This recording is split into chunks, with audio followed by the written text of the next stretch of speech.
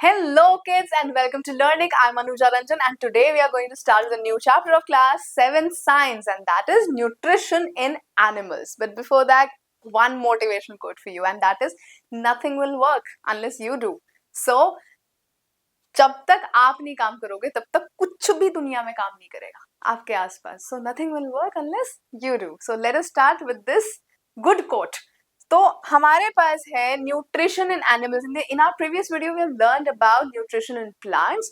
And what is nutrition? We'll revise again that nutrition is the mode of intake of food and its utilization in the body. So this is known as nutrition कि भाई जो भी हमें खाने में, food में जो भी हमें छोटे छोटे विटामिन, मिनरल, कार्बोहाइड्रेट जो भी मिल रहा है हमको, वो सारे क्या है? न्यूट्रिएंट्स है. और उस न्यूट्रिएंट से हमारी बॉडी को क्या मिलता है? न्यूट्रिशन मिलता है. ठीक है, तो एनिमल न्यूट्रिशन क्या होता है ये पढ़ लेते हैं. इंक्लूड्स न्यूट्रिएंट रिक्वायरमेंट, जो कि न्यूट्रिएंट रिक्वायरमेंट मिलती है एनिमल की बॉडी को, और उसका मोड ऑफ इनटेक समझ आता है कि भाई मोड ऑफ इनटेक क्या है ना, कैसा मोड ऑफ इनटेक है. तो सबके अलग अलग मोड ऑफ इनटेक होते हैं. And utilization in the body, और इन्हीं न्यूट्रिशन का कैसे मोड ऑफ इनटेक हो रहा है और उसका यूटिलाइजेशन कैसे हो रहा है इनसाइड द बॉडी, इसी को हम एनिमल न्यूट्रिशन बोलते हैं. अच्छा जी, एनिमल न्यूट्रिशन में जैसे सपोज करो कि एक हम न्यूट्रिएंट लेते हैं जैसे कि कार्बोहाइड्रेट. अब ये कार्बोहाइड्रेट एक कॉम्प्लेक्स सब्सटेंस है. क्या है? ये एक कॉम्प्लेक्स सब्सटेंस है. ये कॉम्प्लेक्स सब्सटेंस मतलब कि बॉडी में अगर बड़ी कॉम्प्लेक्सिटी है, कॉम्प्लेक्स सब्सटेंस है, तो वो सॉल्व तो नहीं होगा और उससे हमें हमारा यूटिलाइजेशन भी हम अच्छे से नहीं कर पाएंगे. तो उस कॉम्प्लेक्स चीजों को हमें क्या करना पड़ता है? सिंप्लीफाई करना पड़ता है. जैसे हम पढ़ाई भी करते हैं तो कॉम्प्लेक्स चीजें आप अच्छे से नहीं ग्रास्प कर पाते हो, राइट. बट अगर हम उसको छोटे छोटे स्टेप बाय स्टेप अगर हम उसको सिंपलर उसमें कर दें, सिंपल कर दें, तो वो समझ आ जाती है. But same likewise same happens with carbohydrates as well. तो कार्बोहाइड्रेट एक कॉम्प्लेक्स सब्सटेंस है जो cannot be utilized as such, मतलब कि वो ऐसे ही यूटिलाइज अपनी बॉडी में, हमारी बॉडी में नहीं हो सकता है. तो उसको क्या करना पड़ता है भाई? सिंपलर सब्सटेंसेस में तोड़ना पड़ता है. उसको सिंपलर सब्सटेंसेस में तोड़ना पड़ता है, और यही सिंपलर सब्सटेंसेस में तोड़ने को ही क्या बोलते हैं? हम डाइजेशन बोलते हैं. अब हम अपने नेक्स्ट टॉपिक पे यही पढ़ेंगे कि डाइजेशन कैसे होता है ह्यूमंस में. So now let's go on to our next topic. Now kids we come to digestion in humans. तो डाइजेशन एक वर्ड है जिससे पता चलता है कि खाना कैसे कैसे डाइजेस्ट हो रहा है, मतलब कि intake of food and till it is getting absorbed following the track, मतलब पूरा ट्रैक पे वो कर रहे हैं, फिर स्टमक में जाते हैं, कहाँ कहाँ से फिर एब्जॉर्ब होते हैं उनसे न्यूट्रिएंट्स हमारी बॉडी में, और उसके बाद फिर फाइनली जो भी अनडाइजेस्टेड फूड होता है that gets removed out of our body because they are toxins to us. नाउ हम पढ़ते हैं कि स्टार्ट कैसे होता है भाई? इंजेशन. ठीक है, इंजेशन मतलब कि the process of taking the food inside our body is known as ingestion.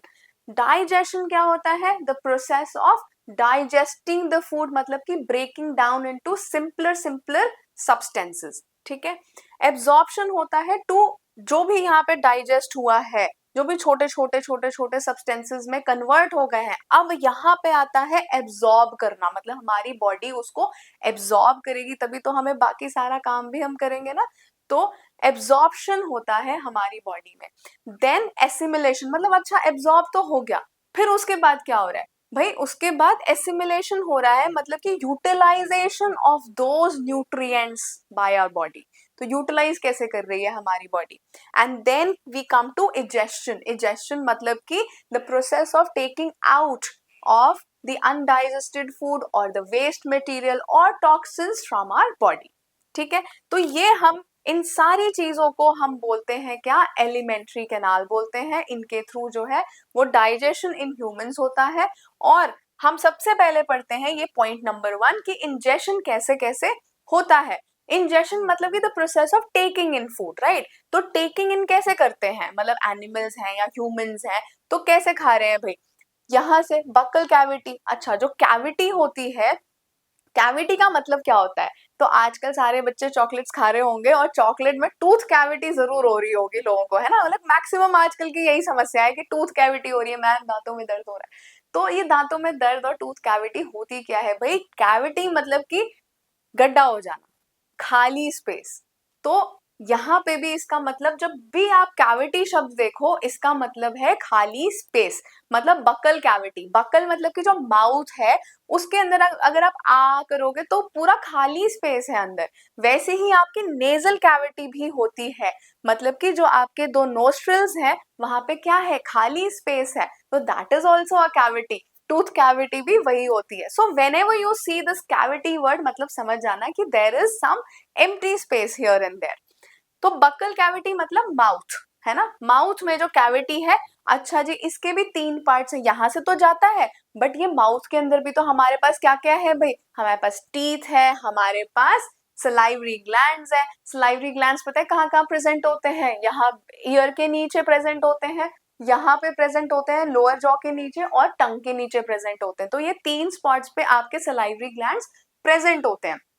Salivary gland करता क्या है भाई? सलाइवा निकालता है। जब आप, मम्मी आपका फेवरेट फूड बना रही होती है तो आपके मुंह में पानी आ रहा होता है ना, तो वैसे ही वो क्या है? सलाइवरी ग्लैंड एक्टिवेट होता है और वहां से सलाइवा एक्सक्रीट होता है। अभी यही सलाइवा, एक एंजाइम है हमारे पास, सलाइवरी एमलाइज। अब ये जो है वो क्या करता है? एक पार्शियल डाइजेशन करता है, क्योंकि ये आपके फूड को जब आप इंटेक कर रहे हो तो उसको थोड़ा सॉफ्ट बनाता है, च्यू करते हो आप अपनी टीथ से, और सलाइवा के साथ मिक्स होता है ये। तो ये क्या करता है? आपका पार्शियल डाइजेशन भी करता है, और साथ में टंग भी आपका पार्शियल डाइजेशन कर रहा होता है, मिक्सिंग फूड विद सलाइवा। अब हम आ जाते हैं टीथ पे, ठीक है? बक्कल कैविटी के अंदर ये 3 चीजें होती हैं, ठीक है? सलाइवरी ग्लैंड्स होते हैं हमारे पास टीथ होती है, और हमारे पास टंग होता है। तो सलाइवरी ग्लैंड्स एंड टंग के बारे में हमने पढ़ लिया। अब हम पढ़ते हैं टीथ के बारे में। याद करने का सबसे अच्छा तरीका बताती हूँ आपको। तो सबसे पहले ऐसे हाथ लो और ऐसे रखो, और ये जो अपर जॉ है ना, डिट्टो सेम होते हैं लोअर जॉ के लिए, ठीक है? दोनों के तरफ, दोनों जॉज में, अपर एंड लोअर जॉज में सेम सेम टीथ होते हैं, ठीक है? या होने चाहिए, होने चाहिए। अभी होंगे नहीं, बट होने जरूर चाहिए। तो कैसे होते हैं? ऐसे 4 फिंगर्स करो, तो मतलब कि 4 हमारे क्या है? इंसिजर्स हैं। क्या है हमारे? 4 इंसिजर्स हैं। फिर 1 ऐसे करो दोनों साइड पे, 4 incisors on the upper jaw. ये सिर्फ अपर जॉ का बता रही हूँ। 4 incisors in the upper jaw, then 1 canine on each side, then 2 premolars on each side, and then 3 molars on each side. तो 4 1 2 3 ऐसे करेंगे, ठीक है? और ऐसे करेंगे तो आपको पूरा टीथ का जो डायग्राम बनाना है एनसीईआरटी बुक में सुंदर सा, तो वो आपको याद हो जाएगा, ठीक है? तो 4 इंसिजर्स, 2 canine, एंड यहाँ पे 4 प्रीमोलर्स हो गए, एंड यहाँ पे 6 मोलर्स हो गए। तो 3 इधर 3 इधर हो गए, ठीक है? ऐसे करके हमारे कितने टीथ हो जाते हैं? 32, है ना? 16 16, ऊपर 16 नीचे 16 मिला के हमारे 32 होते हैं, जो अभी आपके नहीं है, ठीक है? तो आप वेट करेंगे 32 होने के। अब हम आ जाते हैं नेक्स्ट इंजेक्शन प्रोसेस पे, जहां पे हमारा एक और ऑर्गन है जिसको बोलते हैं हम ईसोफेगस। इसको ओइसोफेगस नहीं बोलते, इसको ओ साइलेंट होता है, ईसोफेगस बोलते हैं। अब ये ईसोफेगस क्या है भाई? भाई माउथ का तो काम हो गया, पूरे दिन मुंह में थोड़े हम खाना रखे रहेंगे, अंदर भी तो जाएगा। तो अंदर कैसे जाएगा भाई? एक यहाँ पे पाइप लाइक स्ट्रक्चर होता है, और वो जो पाइप लाइक स्ट्रक्चर होता है ना, that is made up of all muscles. ये मसल क्या करती है? जैसे खाना जा रहा है यहाँ से, अब देखो यहाँ से खाना जा रहा है तो यहाँ फूल गया, ठीक है? अब ये क्या होगा? ये इसको फूल के कॉन्ट्रैक्ट भी करेगा, ऐसे करेगा, तो ये वाला मूवमेंट, ये वाला मूवमेंट, ऐसे ऐसे वाला मूवमेंट होता है। तो ईसोफेगस में ऐसे ऐसा, जहां जहां फूट जाता है वहां थोड़ा सा मोटा हो जाता है ईसोफेगस, फिर वो पुश करता है, फिर नीचे वाला पार्ट मोटा हो जाता है, फिर ऐसे ऐसे करके। This movement is known as peristalsis movement. This movement is known as what? Peristalsis movement.